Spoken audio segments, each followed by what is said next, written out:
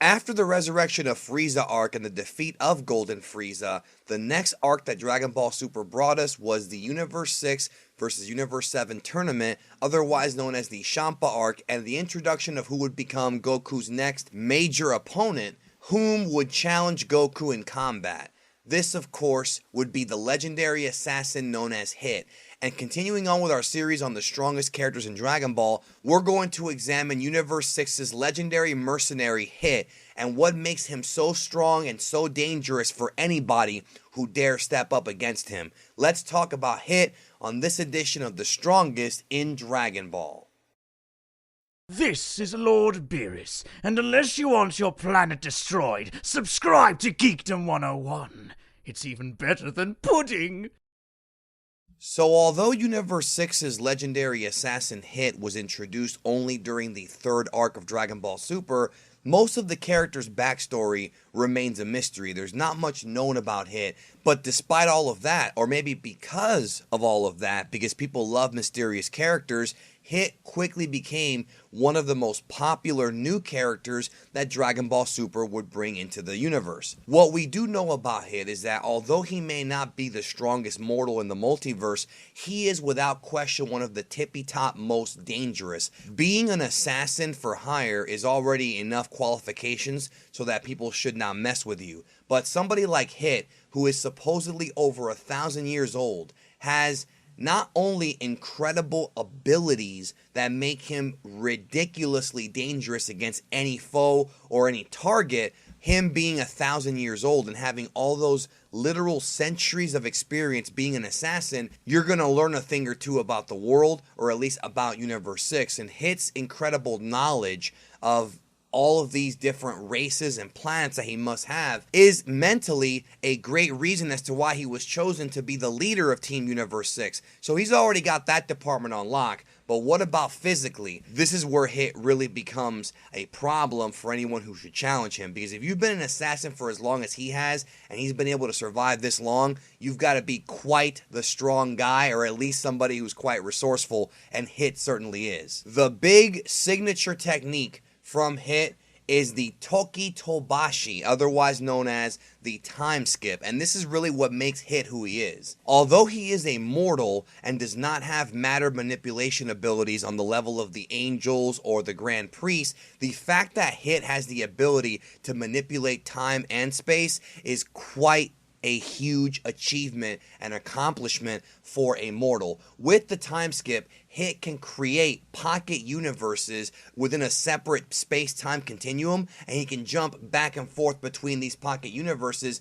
giving you the illusion that he could actually skip time. And as he's fighting Goku the first time, he actually improves his time skip ability to make himself even faster. Now, when it comes to comic books and Dragon Ball and things like that, you have to always remember never to overanalyze these things, because even though it is all fictional pseudoscience and it's cool to have fun with, a lot of it makes no real sense when you apply actual real world physics to it, but it's still a fun power. So Hit can actually skip time and beat you and hit you, pun intended, before you have a chance to ever even see him coming. Now that's already bad enough, but when you combine that with the fact that Hit's knowledge of years and years of being an assassin and his knowledge of the anatomy of the majority of humanoids in the universe, he knows where to hit you. Hit is extremely effective at attacking vital points in somebody's body, specifically the heart,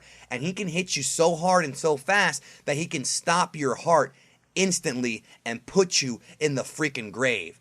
That, to me, is one of the scariest techniques that they ever introduced in Dragon Ball. Just think about how freakish that is. Let's not forget that in the in-between episodes after the Trunks arc but before the Tournament of Power, Hit successfully kills Goku. Yes, Goku brings himself back to life by shooting a blast in the sky and having it resuscitate his heart, but for just a brief second there, Hit connected and killed Goku. Hit focuses all of the energy in his body into delivering one strike that is meant to punish you, and if he doesn't want to totally kill you, what he also does, and we've seen him do it, is he's also a pro at what we would call American Western boxing, because he certainly knows how to connect with shots fast and effectively to knock you out if he doesn't want to kill you. So offensively, Hit can use the time skip to quickly take out any foe, but also defensively he can use this move to quickly dodge his opponent's strike, as well as use it to save his teammates from being eliminated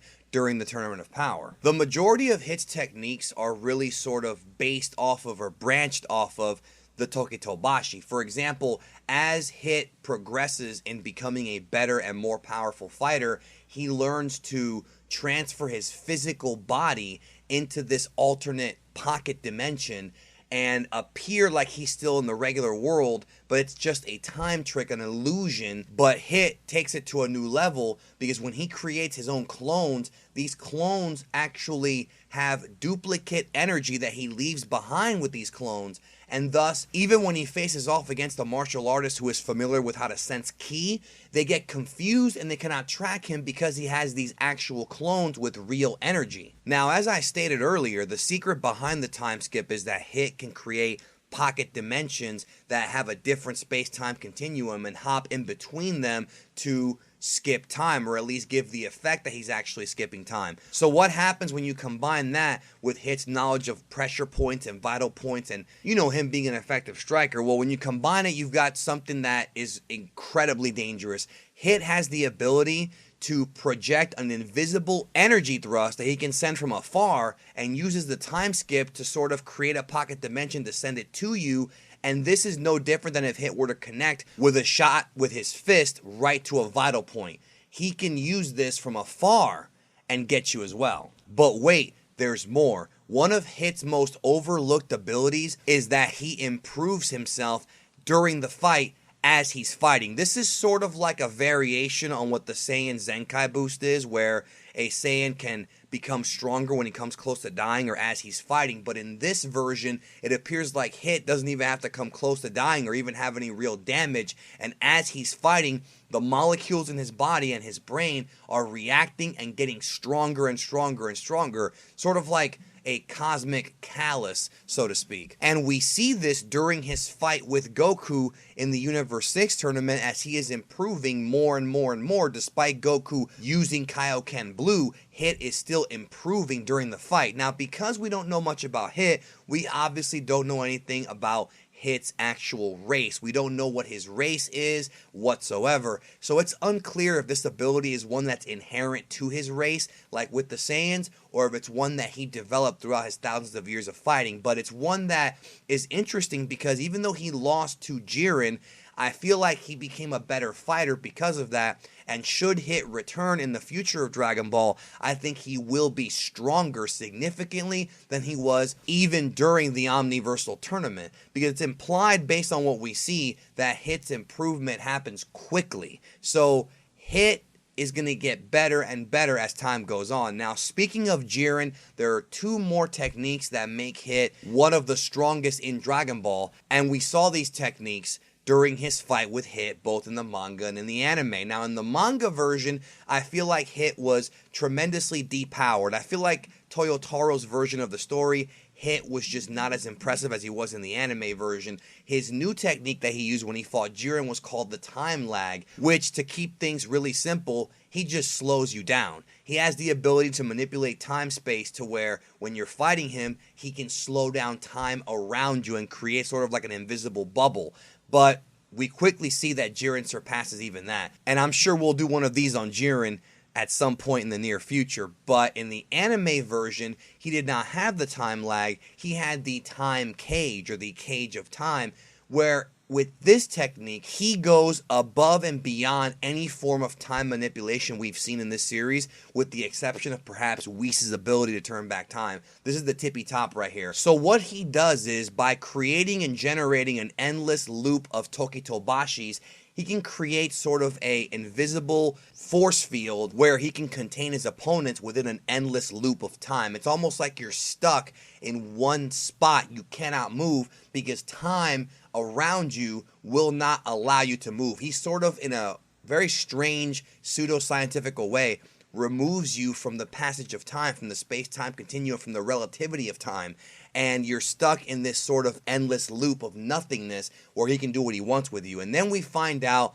that Jiren not only breaks the prison of time, but Vados claims that he is above and beyond just time itself, which, yeah, that's one of the craziest feats in Dragon Ball, and I'm still stuck on how crazy that was. But nonetheless, this is definitely Hit's ultimate technique, his trump card. He tried to do it on Jiren. He was not successful in defeating Jiren, but it did work for a brief time, so we know that this is what he can do to you if he really, really doesn't like you. And don't forget that no matter what happened after, he has a confirmed kill on Goku, and there's only a handful of characters that can say that. So that brings this video to a close. If you are new to Geekdom 101, hit that subscribe button and notification bell so you can get all the content. That is our breakdown on the incredible powers of Hit, and the series will continue with more Dragon Ball characters that have done unbelievable things and have unbelievable powers. So thank you again. Hope you have a great day, and I really look forward to seeing what Hit can do with time in the future.